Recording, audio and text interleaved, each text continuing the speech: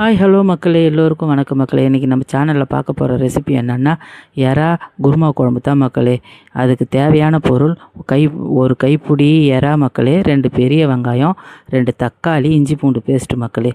சட்டியை வச்சு ஒரு குழிக்கரண்டி எண்ணெயை விட்டு சோம்பு போட்டு வெங்காயம், தக்காளி, இஞ்சி பூண்டு பேஸ்ட்டு போட்டு சுருளை வதக்கிட்டு, அதுக்கடுத்து முருங்கைக்காய், கத்திரிக்காய், எறா இதையும் போட்டு நல்லா சுருளை வதக்கி, அதுக்கப்புறம் 1 ஸ்பூன் குழம்பு மிளகாத்தூள், 1 ஸ்பூன் சிக்கன் தூள், 1/2 ஸ்பூன் மஞ்சத்தூள் போட்டு நல்லா சுருளை வதக்கி தண்ணி ஊற்றி கொதிக்க வச்சிடணும் மக்களே.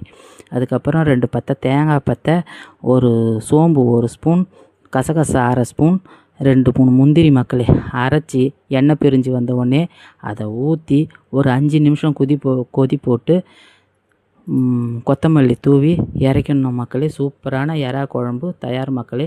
நல்லா இருக்கும் மக்களே, செஞ்சு சாப்பிடுங்க மக்களே. நான் செய்யறது ஒரு 4 பேர் ஒரு வேளைக்கு சாப்பிட்லாம் மக்களே. நன்றி மக்களே.